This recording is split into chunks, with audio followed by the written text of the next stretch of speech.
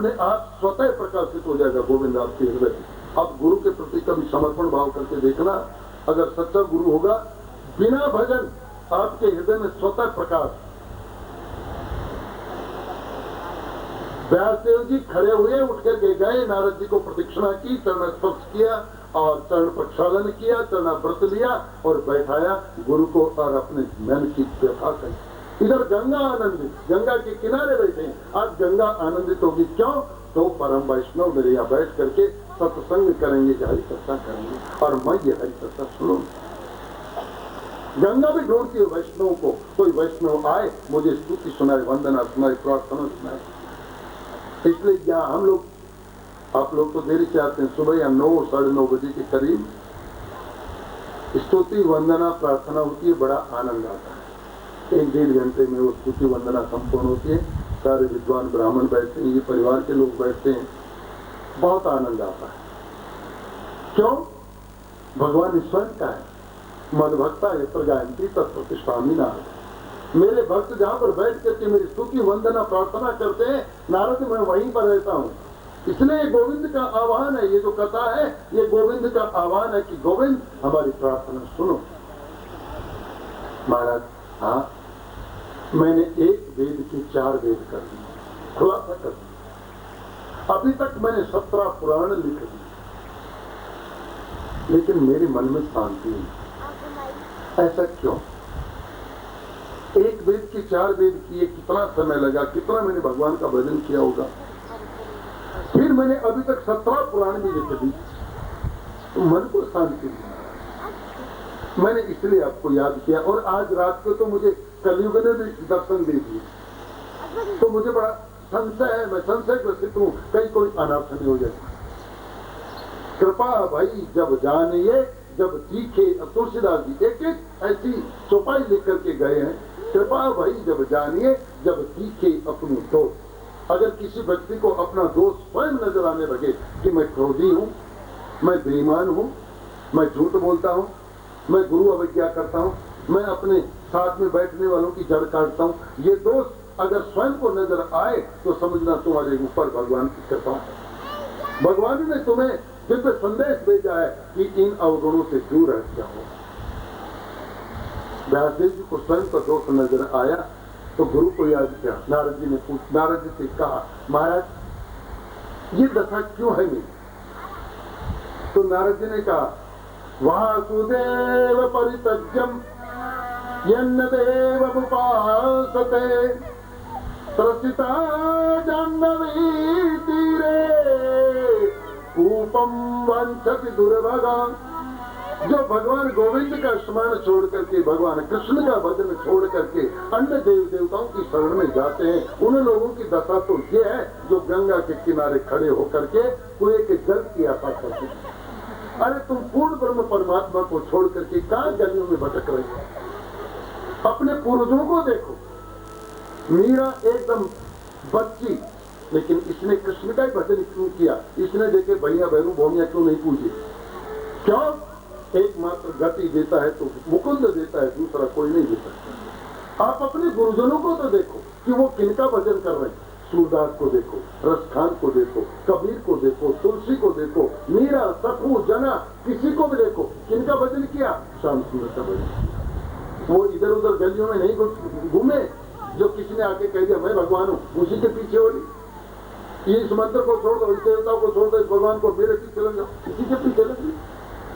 अरे उसके पीछे लगो जिसके पीछे सूरदास लगा, जिसके पीछे कबीर लगा, तुलसी लगा, मीरा लगा, उनके पीछे तुम लगो। नई दिशा क्यों पकड़ रहे हो? पथ भ्रष्ट मत हो। जिनके भजन करने से आनंद प्राप्त हो ऐसे देवता का भजन करो। ये कह रहे कि तुमने कृष्ण का भजन नहीं किया। अभी तक जो 17 पुराण लिखे तुमने लोगों को डराया है। गरुड़ पुराण में तो ये बातें लिख दी, ऐसा करने से ये नरक मिलेगा, ऐसा करने से इस नरक में जाओगे। आदमी सुनने से ही डरता है, भैया मैं तो नहीं सुना। दुर्गा पुराण लिखने लगी तो उसमें बलि तक की तुमने स्वीकृति दे दी। हम विकार हो गए। तुम नर बलि, पशु बलि देने में तुम्हारा सहयोग है। अगर कोई भी साधु, कोई भी विद्वान, कोई भी पंडित अगर बलि देने के लिए उत्साहित करता है तो पापी है, घृणित है, समाज से बहिष्कृत करने लायक है। हमारे सनातन धर्म में बलि को एकदम नकारात्मक दिशा बताया है, लेकिन अपना स्वार्थ सिद्ध करने के लिए बलि दिलवाते हैं, या ये चढ़ाओ या ये चढ़ाओ, इससे काम बनेगा। चढ़ाने के लिए तो हमारे पास तो मन है, ये हमारा दिल है, इसको कहीं भी चढ़ा लो, ये रुपया पैसा ये तो एक आज नहीं कल नष्ट हो जाएगा, लेकिन ये स्नेह का जो नाता है, प्रेम का जो नाता है, मैंने पाटन में जो भागवत की उसमें जो प्रेम का नाता बना, स्नेह का नाता बना, वो तो खत्म होता नहीं। आज मैं जहां जाता हूँ ये लोग गाड़ियां भर भर के वहां पहुंचते हैं, ये है प्रेम का नाता। रुपया तो आज दिया कल खत्म, वस्त्र तो आज दिया कल फट जाएगा, लेकिन जो स्नेह है, जो प्रेम राजपुरा और पाटन में मिला, जो अंगारी में मिला, जहां भी मैं जाता हूँ वो मिलता है, वो तो कभी नष्ट नहीं होता। क्यों? उसमें स्वार्थ नहीं। व्यासदेव जी कहते तुमने स्वार्थ के वशीभूत होकर के बलि तक को स्वीकृति दे दी और देवी देवताओं का भजन करने के लिए लोगों को प्रोत्साहित कर दिया। देवता तुम्हें क्या देंगे? ज्यादा ज्यादा स्वर्ग देंगे, और स्वर्ग की दशा यह है क्षीणे पुण्य मृतलोकम विशंति। जब तुम्हारे पुण्य क्षीण हो जाएंगे स्वर्ग में, तुम फिर मृत्युलोक में आ जाओगे। किंतु मामू कहते हेतु कौनते पुनर्जन्म विद्यते, जो मेरी शरण में आ गया, जो मेरे घर में आ गया, वो निजगत्वा आनंद और संति सब धाम पर मम। ये है मेरा उद्धार। जिसने भगवान गोविंद का भजन कर लिया उसने सबका भजन कर लिया, सारे देवी देवताओं का भजन कर लिया। जिसने गंगा का जल पी लिया उसने कुआं बावड़ी का तो सब पहले पी लिया। इसलिए काम करो, ये देवी देवताओं का भजन छोड़ो और श्याम सुंदर का भजन करो। नारद जी कहते हैं देखो तू जो आज मुझे नारद के स्वरूपों में देख रहा है, मैं ये नारद पहले थोड़ी था, तो मैं तो एक गरीब विधवा माँ का एक गरीब बेटा था। मेरी माँ घरों में काम करके इधर उधर से अन्न लाया करती थी, जुगाड़ करके हम दोनों माँ बेटे खा करके सो जाया। ये हमारी दिनचर्या। मेरे पिताजी नहीं थे और पक्का मकान नहीं, खाली झोंपड़ी में रहते थे हम। कुएं से पानी लाते थे पात्र। मेरी माँ जैसे दरवाजे से बाहर निकली, दरवाजे के सामने से 4 साधु जा रहे। 4 साधुओं को जाते देखा तो मेरी माँ दौड़ करके गई और साधुओं की पैर में पड़ी। महाराज कहाँ जा रहे हो? बोले बेटी हम आगे जा रहे हैं। क्यों? इस कुटिया को पवित्र नहीं करोगे? देखो कितना घर में कुछ नहीं, लेकिन 4 साधुओं को निमंत्रित कर दिया, आमंत्रित कर दिया। महाराज आप भी पक्षपात करते हो? कैसे? गरीब के घर में नहीं घुसोगे? पैसे वाले की हवेली में जा रहे हो? ये साधुओं के लक्षण है? कुटिया को छोड़ करके हवेली में जा रहे हो? संत चिटक गए, खड़े हो गए। इसका भाव, इसका समर्पण देखा। चारों लौट करके आए, कुटिया के अंदर गए। इसने बैठा है आसन दिया। मैं दौड़ करके पानी की बाल्टी, नारद ने कहा मैं पानी की बाल्टी लेकर के आया और एक एक गिलास चारों संतों को पिलाया। पिलाने के बाद मेरी माँ उनके चरणों में लेट गई और संतों को कहा कि महाराज कहाँ जा रहे? बोले बेटी ये चतुर्मास है, 4 महीने हम एक ही जगह रहेंगे, एक ही भोजन करेंगे और एक ही चूल्हे की बनी रोटी खाएंगे और एक ही आदमी के हाथ की बनी रोटी खाएंगे। ये चतुर्मास है। ये करने के लिए हम एक सेठ जी के यहाँ जा रहे हैं। माता ने कहा कि बाबा हाँ, ये चतुर्मास इस कुटिया में नहीं कर सकते आप। संतों ने कहा रे पगली, एक तेरे पास कुटिया जिसमें अगर हम चारों लोग गए तो तुम लोग? बोले बाबा हम इस पेड़ के नीचे रहेंगे। ये है सेवा भाव, ये है मेरी भारतीय संस्कृति। बाबा आप चारों यहाँ रहिए, हम तो इस पेड़ के नीचे रहेंगे। संतों ने देखा ऐसा त्याग, ऐसा समर्पण आज तक जीवन में नहीं। और मां रोनी, बाबा अगर मेरी कुटिया को छोड़ करके चले जाओगे तो मुझे बड़ा कष्ट होगा। मेरी वंदन है, मेरी प्रार्थना है, आप चारों यहीं रहिए। मैं गांव से कुछ भी कमा करके लाऊंगी, कहीं से अन्न लाऊंगी, आटा लाऊंगी, दाल लाऊंगी, आपको भूखा रहने नहीं। और संतों ने देखा उसके भाव को, वहीं चारों ने अपने कमंडल रखा। जा बेटी हम यही चतुर्मास करेंगे, तू जैसा भी रूखा सूखा देगी वो खा लेगी। ये है संतों की। मेरी माँ ने मुझे बुलाया। नारद कह रहे मेरी माँ ने मुझे बुलाया, बेटे एक काम करना। क्या? मैं तो गांव में जाऊंगी, मेहनत मजदूरी करूंगी, कुछ लेकर के आऊंगी, पीछे से संतों को स्नान करवाना, इनकी लंगोटी धो देना, इनको कोई भी आवश्यकता हो तो ला के देना, इनकी सेवा में रहना, इनको हवा करना, इनकी यहाँ झाड़ू निकालना। और मैं उसी दिन के लग गया, जब संत उठते उसके पहले तो मैं झाड़ू देकर के साफ कर देता, जब संत आते तो पानी की बाल्टी से मैं उनको स्नान कराता। मेरी माँ जो भी रूखा सूखा लाती हम सब पकाते और खाते। एक दिन, 2 दिन, 4 दिन हुए तो मैंने एक दिन गुरु जी से पूछा, संत महात्माओं से पूछा, महाराज हाँ, आप जिस पत्तल में खाना खाते हो उस पत्तल को मैं फेंकने के लिए जाता हूँ, अगर आपका आदेश हो तो मैं उस पत्तल को चाट लिया करूँ। अरे संतों ने इसके विवेक को देखा, सीने से लगा लिया, क्या विवेक है? अगर संत का उच्छिष्ट प्रसाद पाएगा इसका विवेक जागृत हो जाएगा। जा बेटी खाइए। एक दिन बाद, महाराज आप दिन भर क्या करते रहते? बोले हम मंत्र जप। महाराज क्या मैं इसका अधिकारी नहीं? आप मंत्र जपो और मैं बैठा आपकी तरफ देखता रहूं, क्या ये उचित है? और संतों ने लिखी, अगर संत की शरण में जाने के बाद कोई मंत्र से अलग रह जाए तो ये तो संत की कृपा नहीं। उसी समय कान में वो उद्घोष फंका, वो मंत्र दिया, शक्तिशाली मंत्र। नारद कहने लगा, मैं उस मंत्र को जब करने लगा तो मुझे आनंद आने लगा। धीरे धीरे मेरे विवेक के कपाट खुलने लगे। आनंद, सेवा का आनंद, भजन का आनंद। लेकिन आज अचानक सायंकाल जब मेरी माँ आई, मेरी माँ बाबा की कुटिया के अंदर गई तो बाबा लोग अपने वस्त्र समेट रहे, अपना कमंडल समेट रहे। मेरी माँ ने पूछा, बाबा आप अपना सामान? बोले बेटी हमारे 4 मास पूरे हो गए, चतुर्मास संपूर्ण हो गया, और कल प्रातः काल हम चले। और जैसे मेरी माँ ने सुना कि कल हम चले जाएंगे, पूरी रात सुन, पूरी रात रोती। मैं जाने किस जन्म के पुण्य से मुझे 4 संतों की सेवा का फल मिला, ये सुयोग मिला। कल प्रातः काल चले जाएंगे।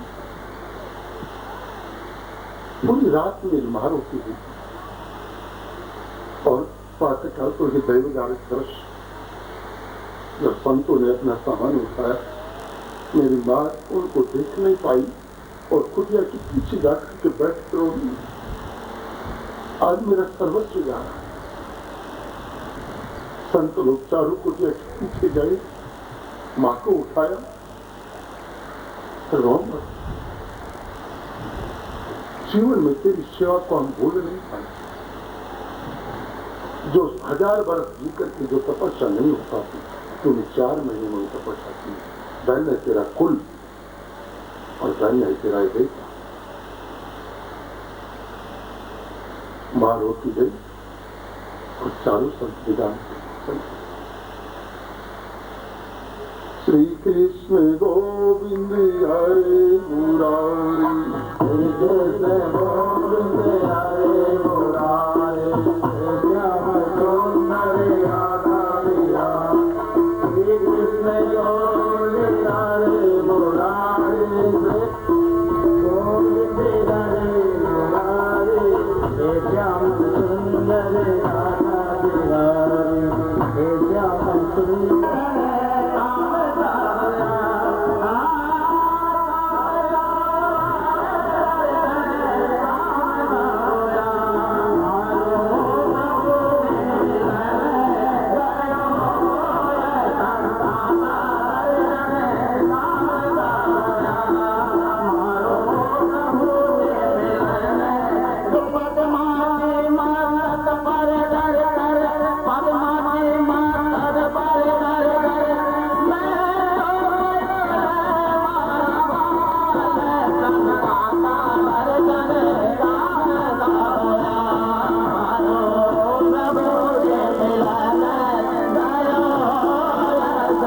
घर में रहने को इच्छा नहीं करती, लेकिन माँ व्रत है, इसको छोड़ के जाऊं तो कहां जाऊं। एक दिन भगवान की ऐसी कृपा हुई, एक सर्पदंश के कारण माता जी ने शरीर छोड़ दिया और माता जी के क्रियाकर्म करने के बाद मैं सीधा चला पहाड़ों, जंगल, पहाड़, नदियां क्रॉस की जा गया।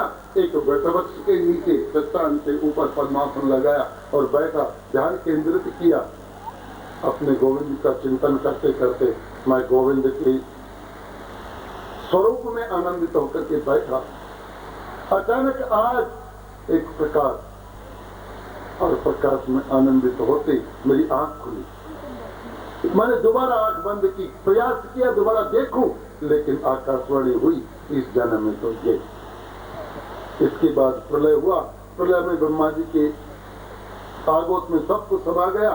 इसके बाद पुनः जब सृष्टि हुई तो मेरा जन्म हुआ।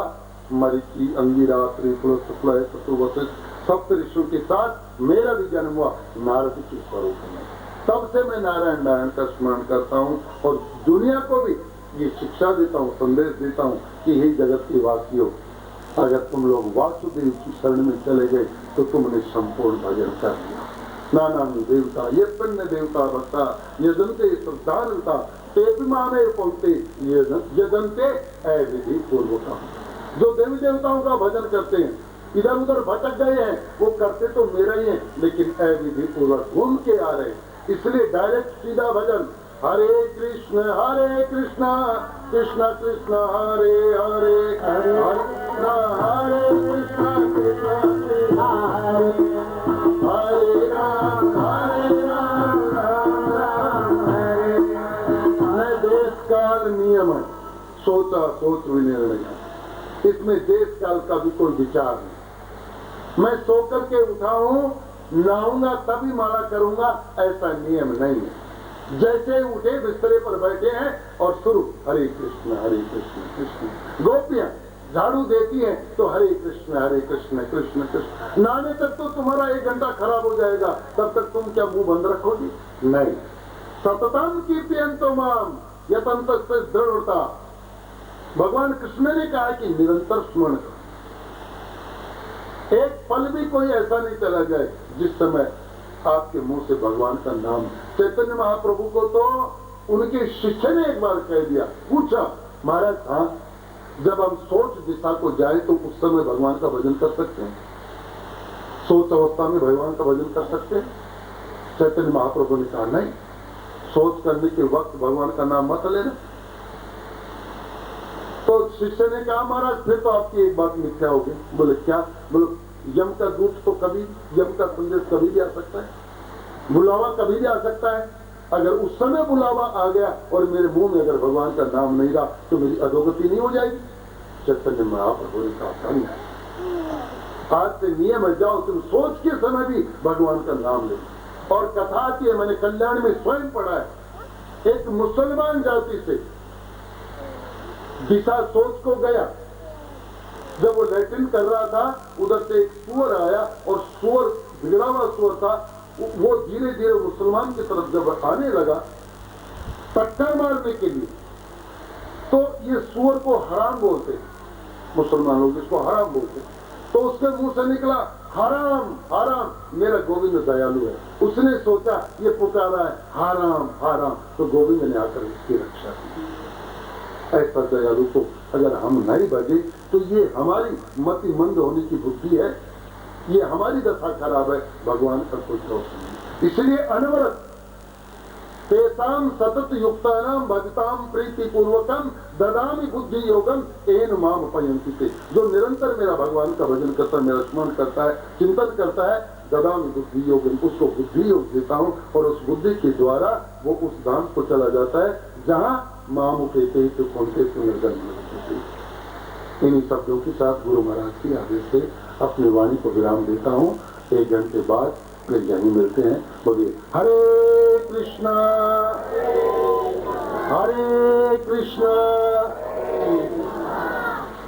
श्री गुरु वैष्णवांश्च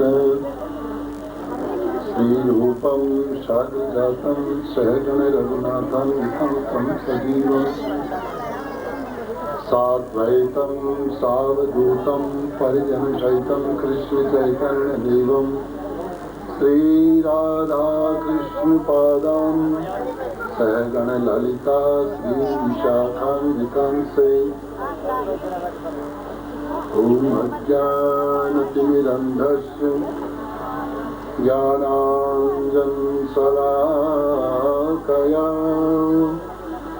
चक्षुर्नलमितं येन तस्मै श्रीगुरवे नमः। नमो महावदन्याय कृष्ण प्रेम प्रदायते कृष्णाय कृष्ण चैतन्य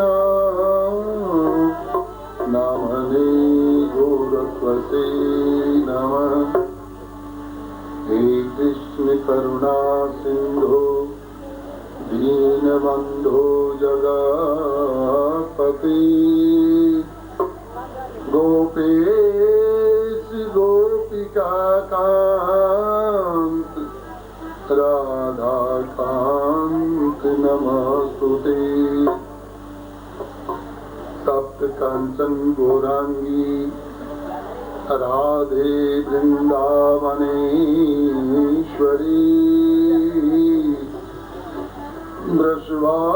वृषभानुसुते देवी प्रणमामि हरिप्रिया। वाञ्छाकल्पतरुश्च कृपा सिन्धुभ्येव च पतितानां पावनेभ्यो वैष्णवेभ्यो नमो नमः। यं प्रव्रजन्तमनुपेतमपेतकृत्वं द्वैपायनो विरहकातर आजुहावे पुत्रेति तन्मयतया तरो